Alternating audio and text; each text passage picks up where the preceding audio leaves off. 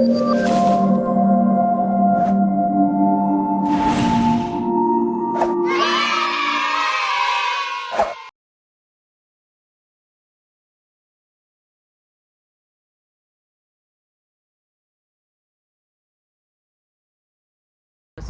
Hi, I'm Hillary, Hi, I'm Sue. and we work here at ARCAL, the Resource Center for Accessible Living, right here in Ulster County, New York. And today, Sue and I are going to talk about getting a job or having a job working with everybody's favorite animals. So, Sue is our animal expert here. She's a lot of experience working with animals, and she's going to give us some information on what to expect. What interviewing or applying for those jobs might be like, and maybe some other things that I don't even know of. So, Sue, if I were someone who has a disability and has an interest in getting a career working with animals, how would I get started? Well, the first thing you'd have to ask yourself is whether you have a disability or not is what kind of animals would you like, okay? Large animals or small? And within each one of those, what different kinds of animals do you like? Do you like cats? Do you like dogs? Do you like horses? Do you like cows?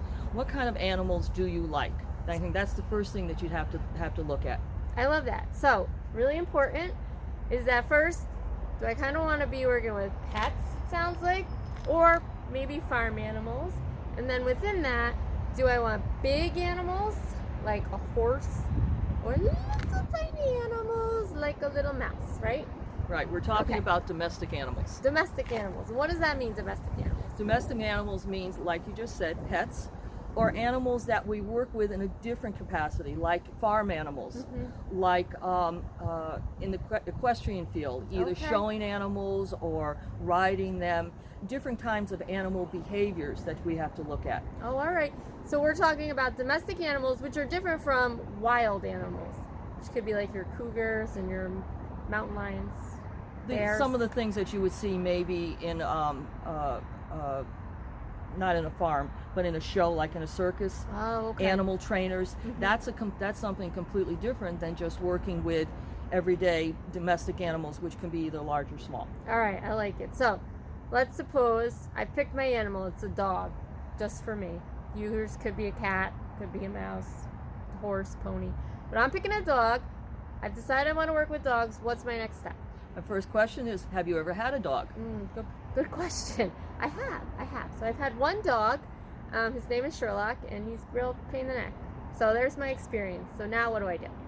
Now you have to say how do you want to train this dog? How do you want this dog to behave so that you can be friends with it, so that you can love and own this animal. Okay? You don't want to have an animal that you can't take care of or that you're not able to take care of. Okay, so that's good. So if I'm with my pet, I want to make sure I'm really confident. And now let's say I am. I've trained my pet to do all kinds of great things, and I'm ready to take that into an employment arena. What do I need to do? Look and see what is in the area. Okay, do you have your pet stores? Do you have your veterinary clinics? Do you have farms? Whatever is in your immediate environment, you have to kind of research and find out what's out there. All right, And then, like that. And then pare it down to saying, well, gee, I think I like maybe a pet store, but I'm not really interested in farm animals. Okay, so I should be looking at what businesses deal with animals or serve animals in my community, and what types of jobs those businesses have available. So it could be, you said, like a pet store, a doggy daycare, a vet. So I've narrowed it down now. I've got a list going of all my different businesses in my area that, serve or, work with pets, and I'm ready to apply. So should I be considering anything else? I would then go pick out what places you would like to look at. Go on and see on their web page, see if they have a web page, or visit them directly.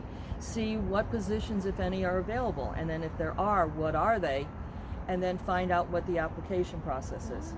So I should be looking at the job openings, reading the job postings, right? Because I have a pet dog, but they may need someone who's a certified groomer or is a veterinary tech, right? And these are all specialized skills that I may not have as a pet owner.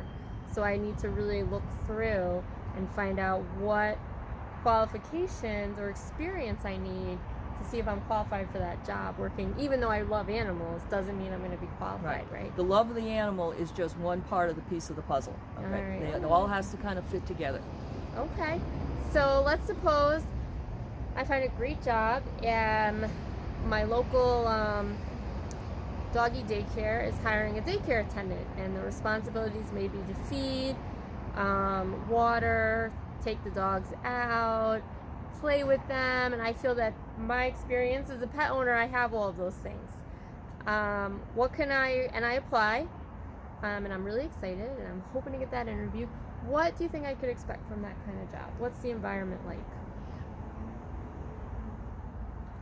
Is it loud? Is there a lot of poop? The environment is completely different than what it would be being a one dog homeowner at home. Okay, you have to consider, like Hillary just said, what the environment is it loud?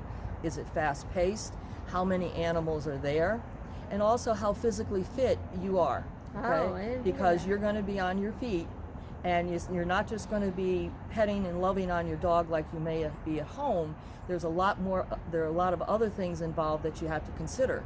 Okay, the maintenance, maintaining the animal, bathing the animal, walking the animal. Have you had experiences in that? And the only suggestion I could have is to go and approach the hiring manager of that doggy daycare and see if you could just observe for one day. Oh, I like that suggestion. So it may be a really good idea, if I'm going from being a pet owner to wanting a career in pets, to maybe check out some of these businesses first and see what it's like. Make sure, because I've been inside a doggy daycare and sometimes they're a little loud. Yes. I don't know, it's like dogs, they bark. Right. My dog doesn't bark that much, but apparently when they get into a group, they'll. Well, it's the not the herd mentality, but it's the pack mentality, right? And certain dogs will not get along with other animals. Okay, same as with humans. There are people that we like. There's people we don't like. People we kind of get along with, and kind of that we really like to get along with. It's the same with animals. Okay, they're living, thinking creatures that have feelings and emotions just like us. And you can have two dogs together and they get along fine. And I'm not even talking of the same gender, but you can put those other dogs together with another animal and it will be a knockdown, drag out fight. Mayhem. So you have to be aware of your own safety. Okay. Ooh, I'm glad you brought up safety, because I can imagine if I'm working with animals, some may be trained, but there's probably a lot I need to know to keep myself safe, and that may be when I'm observing at a business, to keep an eye out of what the other staff are doing in order to keep themselves safe. Right. There are certain things that you do with either the animal that you're directly involved and responsible for, as well as the other animals. And how do you keep yourself safe from getting in between the two of them when they might be having a discussion? Oh, okay. So I really love all your tips, Sue. This was really helpful, and we could apply this kind of basic principle to any different type of animal job setting, right? Whether it's a farm, whether it's a doggy daycare, a vet's office, or a pet store, or any other one that you're aware of.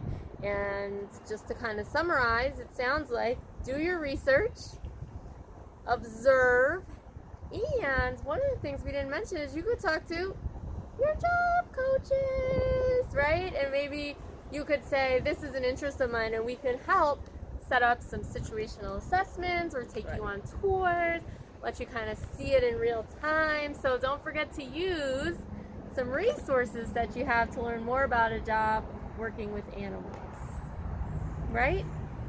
Absolutely. And one last thing is also be aware of what your physical strengths and abilities are. These are hours that you're not going to be sitting, you're going to be walking, and consider the terrain that you're going to be walking on. So you have to be able to have good endurance, to be able to stay on your feet.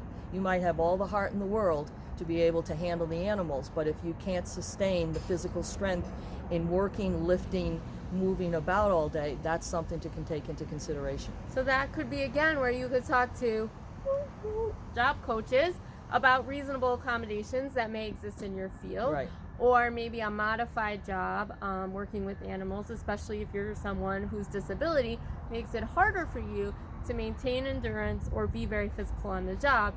Maybe you make pet videos, or you want to explore other aspects of working with pets that don't involve tasks that are purely physical in nature. So these are some really good points. We have lots more, and if you're interested in a career with animals, or any career for that matter, talk to me, talk to Sue, talk to anyone in employment, and we can help you out, right, Sue?